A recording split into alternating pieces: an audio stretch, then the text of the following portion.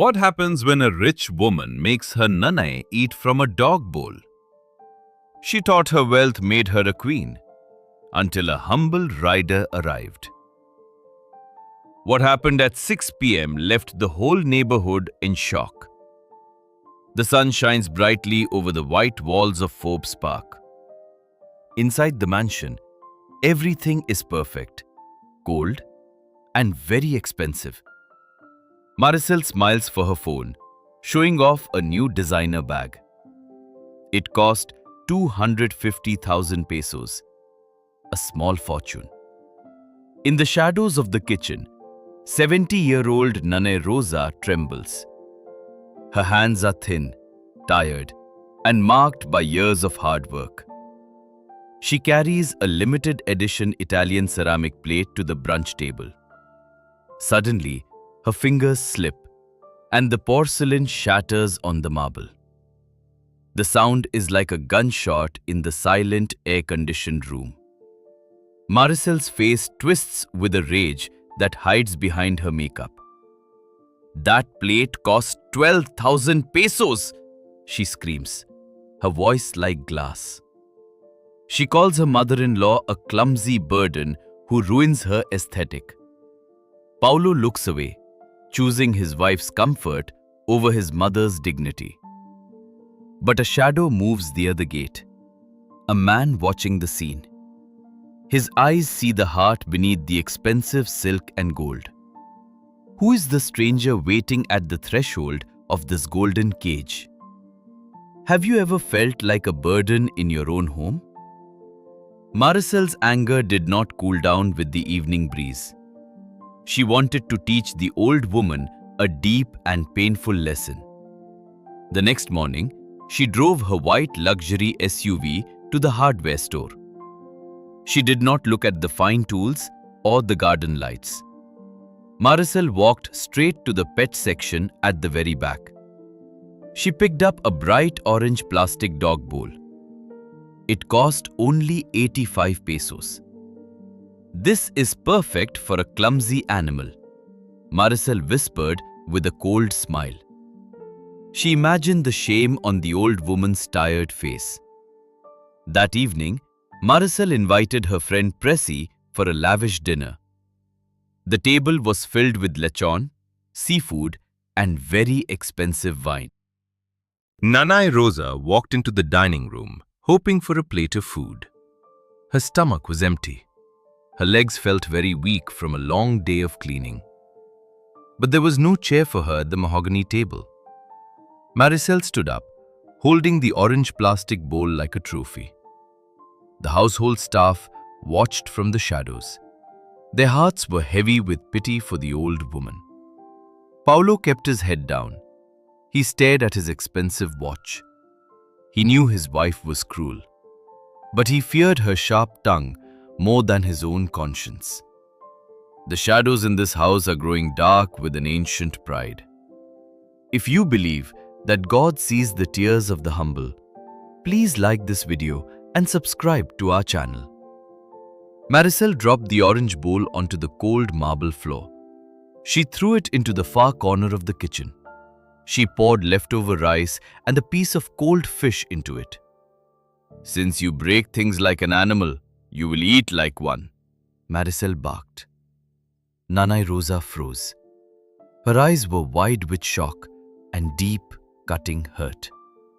"Please, Maricel, not in front of your guest," the old woman begged softly. But Maricel only laughed. It was a sound as sharp as a broken bottle. Pressy joined the laughter. She even took a photo for her private social media followers. Nanay Rosa looked at her son. Her eyes pleaded for a single word of defense. Paulo did not look up from his plate. He remained silent. He was a coward in his own palace of glass.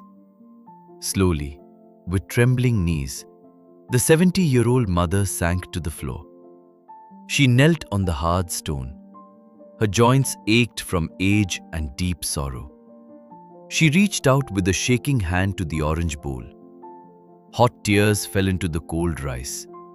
She seasoned her meager meal with the salt of her grief. She did not eat for hunger.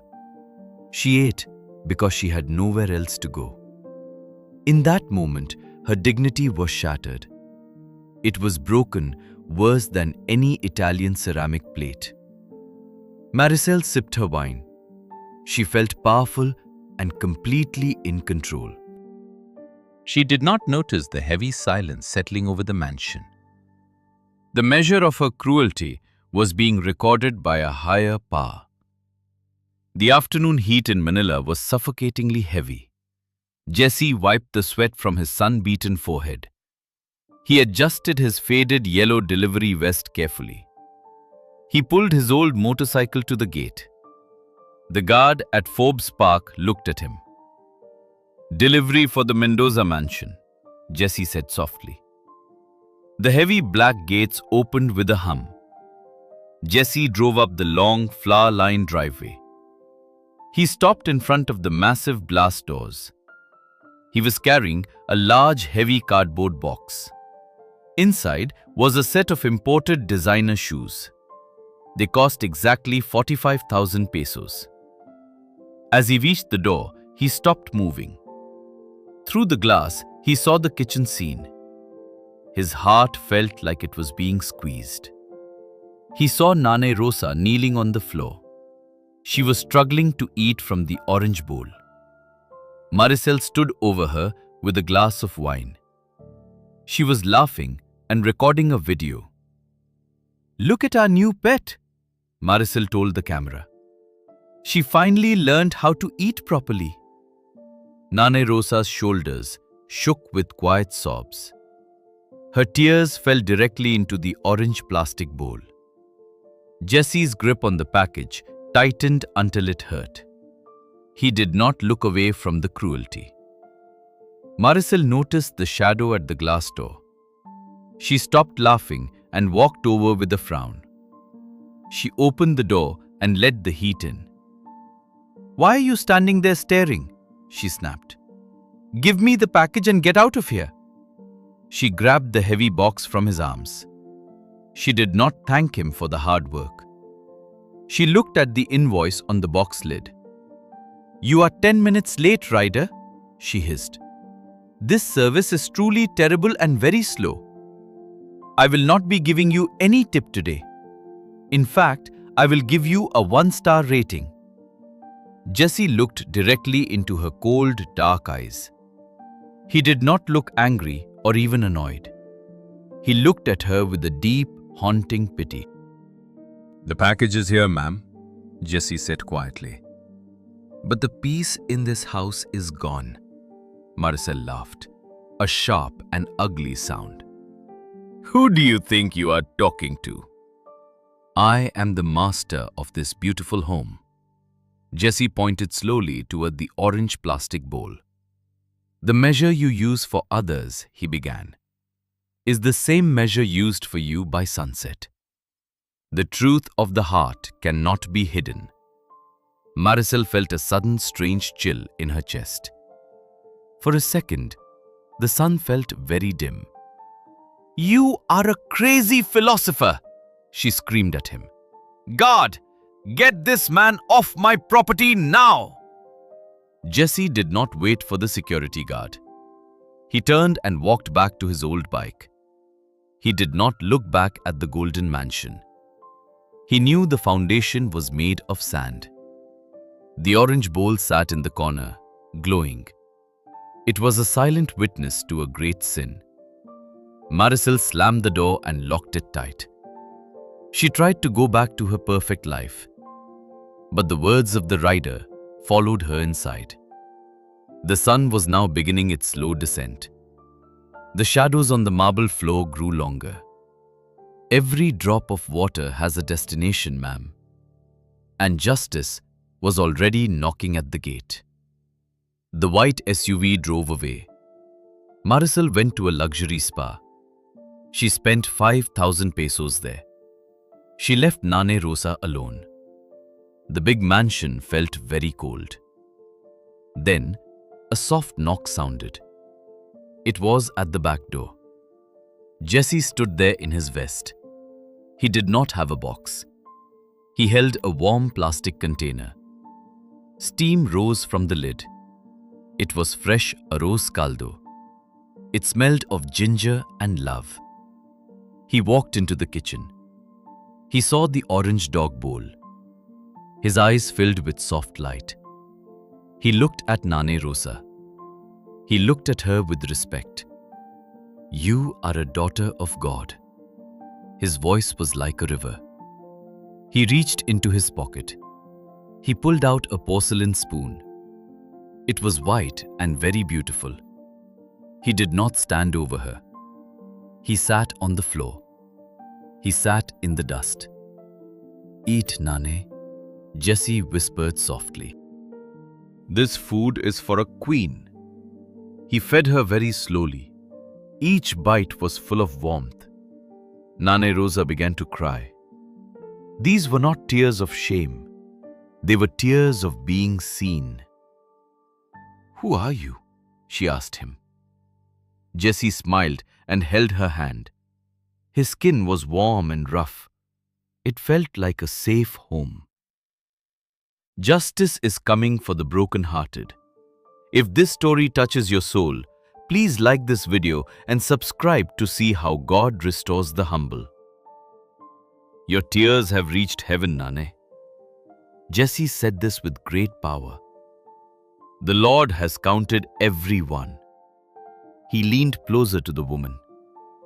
Change is coming at 6 tonight. Nane Rosa felt a strange peace. It was like a cool breeze. It filled her tired, broken soul. Jessie reached into his vest again. He took out a small object. It was a cross of wood. It was simple but very heavy. He placed it in the bowl. The wood touched the orange plastic.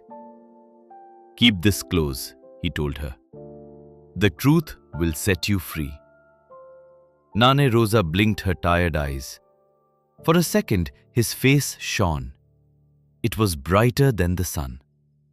Then, the man was gone. The back door was shut tight. The security guards saw nothing. Only the scent of ginger remained. The orange bowl felt different now. It was no longer for shame. It was a vessel for hope. The clock on the wall ticked. It moved towards 6 o'clock sharp. The golden cage was about to shake. Heaven was watching the rich mansion. Will the walls of pride finally fall?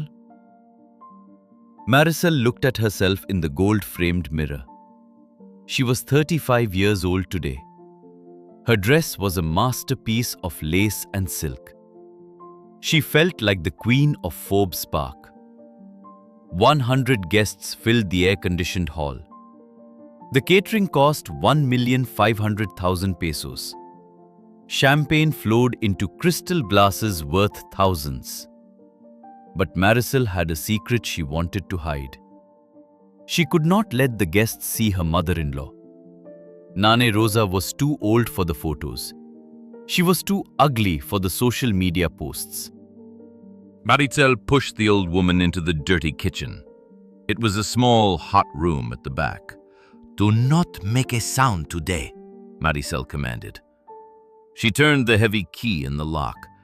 She left her husband's mother in the dark. The party outside was loud and full of pride. People praised Marisol for her wealth and style. But the clock was moving toward 6 o'clock. The sun disappeared behind the Manila skyline. The air became heavy and very still.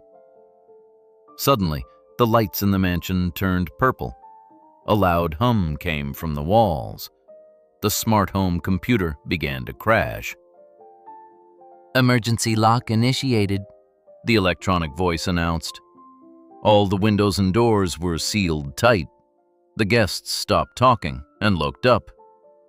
A spark flew from the luxury wine fridge. That fridge cost 200,000 pesos. It was Marisol's favorite piece of kitchen tech. Now it was coughing out thick black smoke. An orange flame licked the designer wallpaper. The fire spread with a hungry, angry roar. Panic exploded inside the expensive white mansion. Men in suits pushed women in high heels. They ran for the doors, but the locks held. The high-tech security was now a deadly trap. "Help us! Open the gates!" a senator shouted. But the electronic system was completely dead. The smoke was thick, smelling of plastic and silk. Maricel's lungs began to burn from the air. She looked at her beautiful home in horror. Everything she owned was starting to melt. The birthday gala had become a nightmare. Deep in the dirty kitchen, the heat arrived. Nana Rosa clutched the wooden cross Jessie gave her. She heard the screams of the people outside. The fire was at the door of her cage. But she did not feel any fear. She felt a hand on her shoulder. It was a warm hand, strong and calm. The door of the dirty kitchen began to shake. The time for the humble to rise was here. The golden cage was turning into ash. The fire grew like a hungry beast inside the mansion.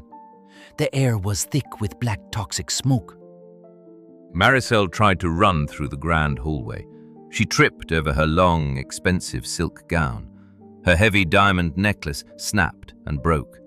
Pearls rolled across the floor like tiny white tears. A large, decorative pillar began to lean. It fell with a loud, terrifying crash. The gold-plated wood pinned Maricel to the floor. "Help me! Someone, please help me!" she screamed. But her wealthy friends were already outside. They did not look back for her. They only cared about their own safety. Maricel was alone in her burning palace. In the dirty kitchen, the heat was rising fast. The door was still locked from the outside. Nana Rosa held the small wooden cross tight. Suddenly, a man appeared in the smoke. It was Jesse, the delivery rider. He did not look afraid of the flames. He touched the heavy metal lock with one finger. The lock clicked open as if by magic. "The humble shall be lifted up, Nane," Jesse said. His voice was calm and very deep. He reached out and helped the old woman stand. Nana Rosa felt a strange strength in her bones. Her trembling stopped completely. Jesse pointed toward the screaming in the hall. "Go and show her the way out," he whispered. Nana Rosa ran into the thick grey clouds. She found Maricel trapped under the heavy pillar. The rich woman was gasping for her life. Her face was covered in soot and tears. She saw Nana Rosa and felt deep shame. "I am sorry, Nane. Please, don't leave me." Nana Rosa did not say a word of anger. She grabbed the heavy pillar with both hands. She lifted the weight like it was a feather. This was the strength of a mother's heart. The fire of truth is burning away every lie today. If you believe that God protects the humble, please like this video and subscribe to our channel. Maricel crawled out from under the gold wood. Nana Rosa pulled her toward the garden doors. They moved through the fire and the falling glass. They reached the grass just as the walls fell. A loud explosion shook the ground of Forbes Park. The roof of the mansion collapsed into the basement. Maricel watched her world turn into black ash. Her 300,000 peso bags were gone. Her luxury cars were melting in the garage. Her high society life was ending in the dirt. She lay on the grass, shaking and coughing. She looked at the woman she had mocked. Nana Rosa was covered in ash, but looked peaceful. She was still holding the small wooden cross. The friends stood far away taking videos. No one came to hold Maricel's hand. Only the mother she shamed stayed by her side. The fire trucks arrived with loud, lonely sirens. The white mansion was now a black skeleton. Everything Maricel owned was lost forever. She had nothing left but her breath and the mercy of the woman she hated. The sun was gone and the night was cold. The truth was finally standing in the light. Wealth had failed her when the fire came. Only love was strong enough to save her. The firemen sprayed water on the ruins, but nothing could save the expensive furniture. The Italian marble was cracked and black. The perfumes and the silk were only smoke. Marisol grabbed the dirt with her hands. She realized that the rider was right. The measure she used was now her own. She was homeless in the middle of a garden. Nane Rosa wiped Marisol's face with her sleeve. It was the same sleeve Marisol called dirty. The fire had taken the house, but the fire had also opened a door to a life without the golden cage. Marisol cried until her throat was dry. The silence of the night was very heavy. God had spoken through the flames tonight, and the lesson was written in the ash. The fire trucks left as the sun began to rise. The black ruins of the mansion smelled like wet ash. Marisol sat on the curb in her torn silk dress. Her expensive skin was covered in thick grey soot. Paulo walked over to her, looking like a broken man.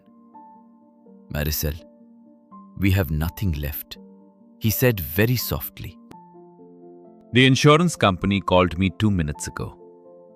The policy lapsed 3 years ago because I stopped paying. I used that money for my secret gambling debts.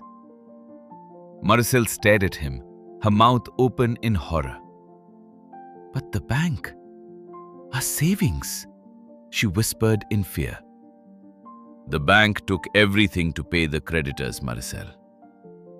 We are completely bankrupt and homeless today." She grabbed her phone to call her friend Pressy. "Pressy, our house is gone. Please help us." "Oh, Marisol, I am busy with my new vlog," Pressy said. "Maybe try a government shelter for the poor?" The call ended with a cold digital beep. Her perfect friends disappeared faster than the smoke. A crowded bus took them to a public evacuation center. It was a hot gymnasium filled with hundreds of people. The air smelled of sweat and very cheap soap. Marisol sat on a thin mat on the hard concrete. Her back ached and her soul felt very empty. A volunteer walked by handing out lunch to survivors. He gave a container to Marisol without a word. Marisol looked down and let out a sharp scream. The bowl was made of bright orange plastic. It was exactly like the bowl she bought for Nane. She had to eat kneeling on the dirty floor. The rice was dry and the fish was cold. Each bite felt like swallowing her own bitter pride. She looked toward the gate of the noisy gymnasium. A clean white car was parked in the shade. Jesse was there, wearing a shirt as white as light. He was helping Nane Rosa into the soft back seat. He treated the old woman like a holy queen. "Wait, Nane! Jesse!" Marisol tried to call out, but her voice was weak from the thick smoke. Nane Rosa looked back for 1 second through the glass. Her eyes were full of pity for the rich girl. The car drove away toward a place of peace. Marisol was left in the dust with her orange bowl. She was finally tasting the life she gave to others. It tasted like the ash of her own heart. 6 months have passed since the Great Fire. The black ruins in Forbes Park are now gone. Marisol wakes up at 4 o'clock every single morning. She does not wake up in silk sheets anymore. She sleeps on a thin mat in a rented room. She works 2 hard jobs as a house cleaner. She scrubs floors and washes toilets for wealthy families. Her hands are now rough and red from soap. She knows the value of every single centavo earned. She is paying off the debts of the past. Today she travels to a small and quiet village. She carries a small bag of sweet yellow mangoes. These are for her mother-in-law, Nanay Rosa. Nanay Rosa lives in a modest, peaceful white house. The Jesse Foundation gave her this safe new home. Maricel reaches the wooden gate and knocks very softly. She does not feel like a queen today. She feels like a woman who is finally awake. Nanay Rosa opens the door and smiles very warmly. "Come in, Maricel," the old woman says gently. The house smells of jasmine and fresh steamed rice. There is no orange plastic dog bowl here. A simple wooden table stands in the bright room. It is covered with a clean and white cloth. "Please sit with me at the table," Nanay Rosa says. Maricel sits down and looks at the porcelain plate. It is a plain plate, but it holds dignity. Nanay Rosa shares her warm rice and fish with her.